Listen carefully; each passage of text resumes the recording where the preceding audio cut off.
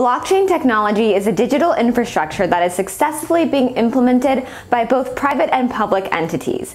Although everyone knows the core tenets of blockchain networks due to Bitcoin, many are in the dark as to how private blockchains like permissioned networks work. Welcome to Shrimpy. In today's video, we will compare two distinctive types of blockchains, permissionless and permissioned networks. The key difference can be spotted in the names themselves, but it will take a lot more to explain how divergent these two networks truly are. What you also might not know is how the top cryptocurrencies work. If you're interested in reading a quick overview of your favorite digital assets, we recommend giving our altcoin section a go at the Shrimpy Academy. Link will be in the description box below. We all know that Bitcoin is the first blockchain network. When Satoshi Nakamoto invented it, he decided that digital ledgers should be public, decentralized, anonymous, and transparent. But even though these features are perfect for a cash network used by the masses, solutions developed for enterprise-level use cases must work completely differently. That's why when industry giants like Amazon, Microsoft, and IBM began experimenting with blockchain technology, they decided to branch out from designs like Bitcoin. As a result, we categorize blockchains based on their format and openness. So right from the start, you might already have a good guess at what kind of network is permissioned and which one is permissionless. A public and open network like Bitcoin that doesn't enforce any permissions is, of course, permissionless.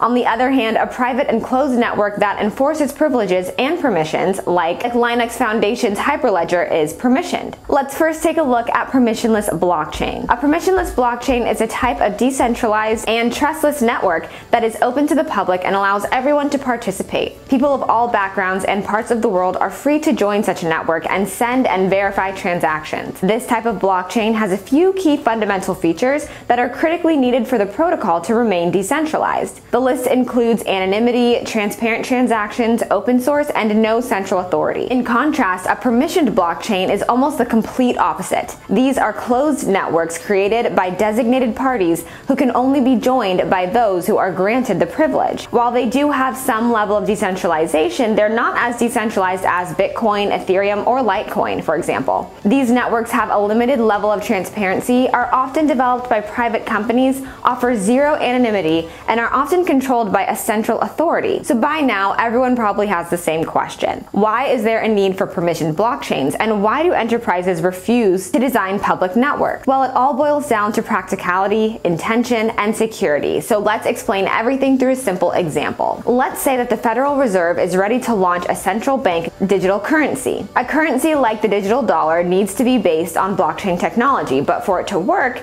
it can't be designed like ordinary cryptocurrencies. Why? Because a high level of transparency does not work out in the real world, especially banking. Allowing every person, both foreign and domestic, to monitor transactions made by administrations, politicians, banks, and major corporations does not bode well for either institutional or retail users. So what does the Federal Reserve do? They create a private blockchain network and form a consortium comprising America's leading banks. The Federal Reserve acts as a currency issuer and distributor in this format and also controls the network and creates important decisions like deciding whether to add or remove a bank from the consortium. Meanwhile, the banks themselves act as nodes that process and verify transactions. All transactions within this small circle can be seen by other banks that are part of the same network. However, users outside of the network do not have access to this kind of information since the blockchain is closed off. The end result is that the Federal Reserve succeeds in implementing a digital financial network that is immutable, scalable, and partially decentralized, while at the same time preventing outsiders from accessing sensitive financial information. This leads to easier transaction tracking, instant settlements, more effective banking, and easily verifiable financial activity. But there's actually more to the story, so let's compare the pros and cons of each type of network. The main advantage of a permissioned network is scalability.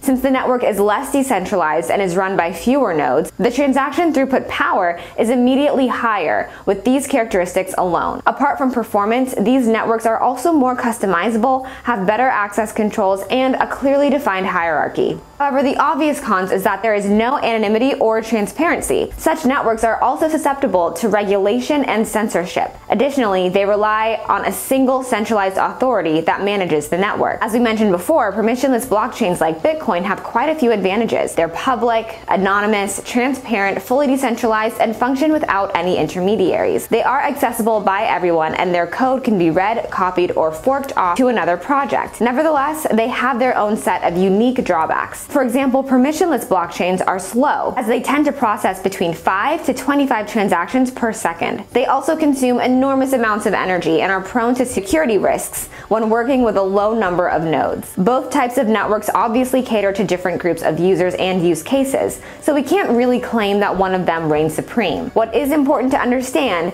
is the fact that with all their flaws and imperfections, cryptocurrencies cannot compete with permissioned blockchains in industries that demand scalability. What do you think? Will sheer technological improvement be enough to help permissionless networks deal with scalability, or does their inherent design prevent them from ever solving this problem? Leave your thoughts in the comments below, and make sure to leave a like and subscribe to our YouTube channel for more great crypto-related content. You can find us on Instagram and Twitter at Shrimpy App, and on our brand new educational platform at academy.shrimpy.io.